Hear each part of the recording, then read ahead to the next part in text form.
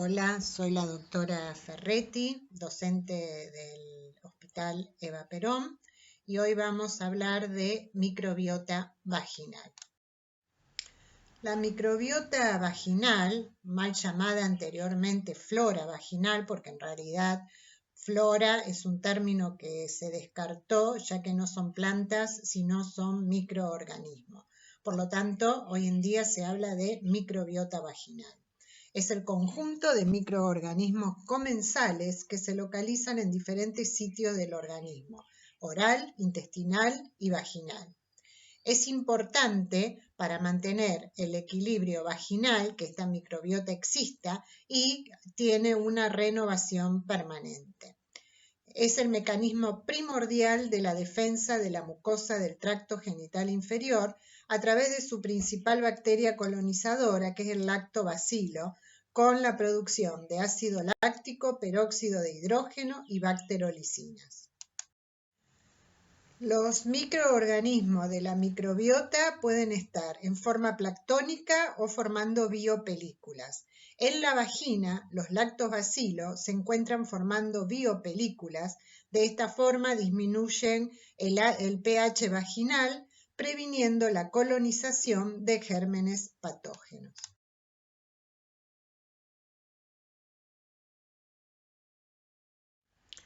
Los lactobacilos se lo consideran los guardianes del ecosistema vaginal, ya que inhiben el crecimiento de microorganismos patógenos y esto lo hacen a través de la producción de ácido láctico que mantiene el pH a menos de 4.5, por la producción de peróxido de hidrógeno y también por la producción de bacteriolicinas. La microbiota normal está integrada por lactobacilos, Gardnerella vaginalis y en menor medida por Peptostreptococcus sp, Staphylococcus sp, Bacteroides sp, Mobiluncus, Mycoplasma, bacilos gram negativos y anaerobios. Los microorganismos colonizan la vulva, la vagina, el primer segmento cervical y la uretra distal, y se produce por la adherencia bacteriana a receptores celulares a través de sus adhesinas. Eso se denomina eficiencia en transmisibilidad. Esta colonización comienza desde el nacimiento y va variando en las diferentes etapas de la mujer y del ciclo ovárico. En el recién nacido, el epitelio vaginal tiene glucógeno por acción estrogénica con vagina estéril y el pH es entre 5 a 5.7. A las 24 horas de nacido ya hay una microbiota mixta y a las 48 horas aparecen los lactobacilos con el barrido de la microbiota mixta y un pH entre 4 y 5. En la infancia, con el descenso del estrógeno, desaparecen los lactobacilos y el epitelio es aglucogénico con un pH entre 6 a 7.5. En el periodo de la perimenarca, con el desarrollo puberal y la secreción de estrógenos, nuevamente el epitelio vaginal presenta varias capas con glucógeno y reaparecen los lactobacilos y el pH nuevamente es ácido, descendiendo a 3.5 a 4.5. Tanto en el recién nacido como en la perimenarca y la adolescencia existe la leucorrea fisiológica por descamación de las células vaginales y mucorrea de las glándulas cervicales.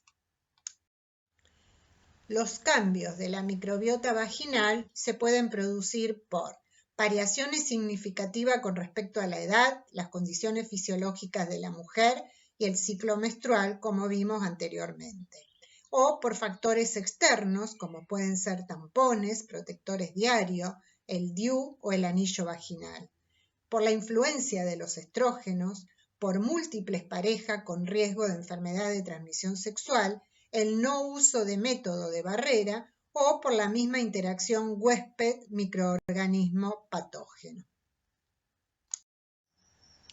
Entonces, podemos decir que la colonización de la vagina se debe al efecto de los estrógenos sobre ella, que éste estimula la producción de glucógeno en las células con la aparición de los lactobacillus que producen ácido láctico, peróxido de hidrógeno, provocando un pH ácido.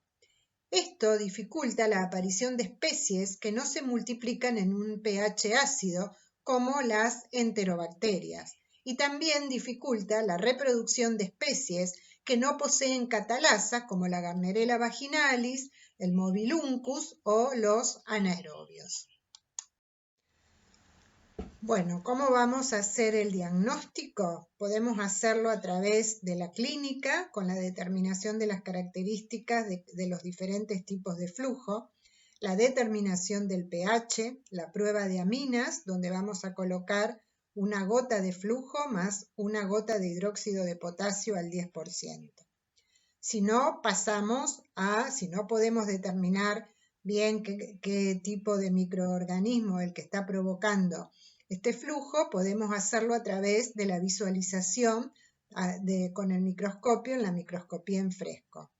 O si no, ya pasaríamos a la toma de los cultivos para poder determinar cuál es el tipo de microorganismo que está provocando este flujo. Por lo tanto, nosotros, cuando hablamos de flujo vaginal, decimos que son las secreciones provenientes de la vagina, como un trasudado de la pared vaginal y moco cervical. Las causas pueden ser infecciosas, como las enfermedades de transmisión sexual, o no enfermedades de transmisión sexual, como la vaginosis bacteriana, la candidiasis o las lactobacilosis, o de tipo no infecciosa, que pueden ser alérgicas, irritativas o por ectopías. Bueno, entonces vamos a hablar de las vaginosis bacterianas. Decimos que las vaginosis bacterianas tienen una prevalencia del 50% de todas las infecciones del tracto genital inferior. Se encuentran en el 23% de las embarazadas, un 5% en las niñas y posmenopáusica sin terapia de reemplazo hormonal. Es producida por el complejo GAM, donde está la Gardnerella vaginalis, los Mobiluncus, anaerobios y micoplasma. Se produce cuando disminuyen los lactobacilos con descenso del peróxido de hidrógeno y del ácido láctico, con la aparición de un flujo maloliente por la colonización de los anaerobios con liberación de aminas. Hay factores que están asociados a la aparición de la vaginosis bacteriana, como es la dependencia hormonal, el uso de DIU, las duchas vaginales, muy asociado, múltiples parejas sexuales, raza negra, es más frecuente en la raza negra la vaginosis bacteriana, y el tabaquismo. Bueno, ¿cómo vamos a hacer el diagnóstico? Fundamentalmente por la clínica. Vamos a observar un flujo abundante, gris y fétido, que muchas veces se dice con olor a pescado. El pH va a ser mayor a 4.5, el test de amina va a ser positivo. A la microscopía en fresco vamos a visualizar las clue cells, va a haber reacción inflamatoria negativa y ausencia de lactobacillus. El tratamiento de la vaginosis bacteriana se hace con el metronidazol, en forma local con óvulos, 1 por noche durante una semana, y por vía oral un comprimido de 500 miligramos cada 12 horas por una semana. La otra opción es la clindamicina, 300 miligramos cada 12 horas por una semana, asociado a un óvulo por noche. El tratamiento solo lo realiza la mujer, ya que no se considera una enfermedad de transmisión sexual. La vaginosis recurrente se observa en el 30% de los casos, se debe reevaluar el tratamiento y se debe observar los factores asociados. La candidiasis se presenta un episodio en el 75% de las mujeres, 2 episodios en el 50% de las mujeres y el 5% como una micosis recurrente. ¿Esto qué significa? Que es una infección muy frecuente en la mujer. Es producida por la Candida albicans y hay factores que son predisponentes, como el embarazo, la diabetes, el HIV, la antibiótico terapia, inmunosupresores irritantes locales y estrés.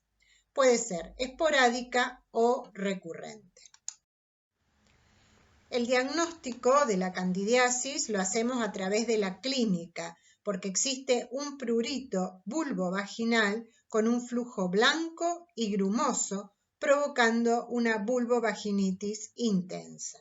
El pH es menor a 4.5, la prueba de aminas es negativo. A la microscopía en fresco vamos a visualizar las pseudos hifas y al cultivo.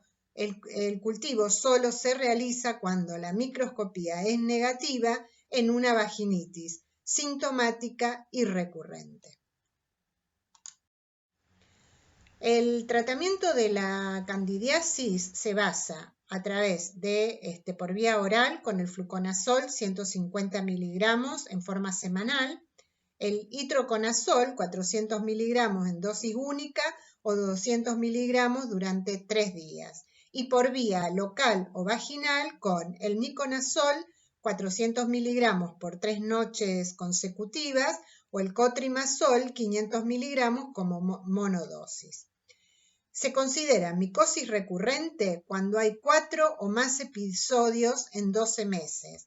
Se debe reevaluar los factores predisponentes y el tratamiento se basa en el fluconazol 150 miligramos semanal por 6 meses. En la candidiasis el tratamiento solo lo realiza la mujer porque no se considera una enfermedad de transmisión sexual, sino una alteración de la microbiota vaginal. La trichomoniasis es producida por un parásito flagelado que es la trichomona, afecta el tracto genital y urinario, se transmite por vía sexual y al neonato por el canal del parto. Es asintomática en el 50% de los casos, se presenta en mujeres jóvenes entre los 20 y 30 años. Hay factores de riesgo que van a provocar esta enfermedad, como son las múltiples parejas sexuales, el inicio de las relaciones sexuales temprana. Es una enfermedad de transmisión sexual y provoca síntomas genitourinarios como ardor vaginal, dispareunia y disuria. Bueno, el diagnóstico se basa fundamentalmente en la visualización del flujo. Es un flujo amarillo, abundante, con burbujas de aire.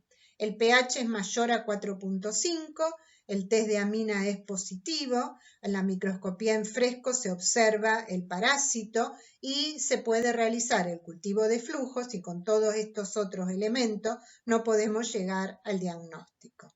El tratamiento se hace con metronidazol, 500 miligramos cada 12 horas por 7 días y un óvulo de metronidazol a la noche también por 7 días. El tratamiento debe realizarlo la pareja porque es una enfermedad de transmisión sexual y también se consideró en un tiempo realizar el tratamiento con el metronidazol en una dosis única de 2 gramos. Bueno, y por último tenemos la lactobacilosis. La lactobacilosis es provocada por un excesivo crecimiento de los lactobacilos anaerobios. Se va a manifestar como un flujo cremoso, sin fetidez, con ardor y prurito vulvar, fundamentalmente postmenstrual. Tiene un pH ácido entre 3.5 y 4.5, el test de amina es negativo y a la microscopía se van a observar los lactobacilos anaerobios. Es muy importante hacer el diagnóstico diferencial con la candidiasis y la vulvovaginitis alérgica, porque muchas veces se confunde el diagnóstico y se realizan tratamientos para la cándida que no dan resultado.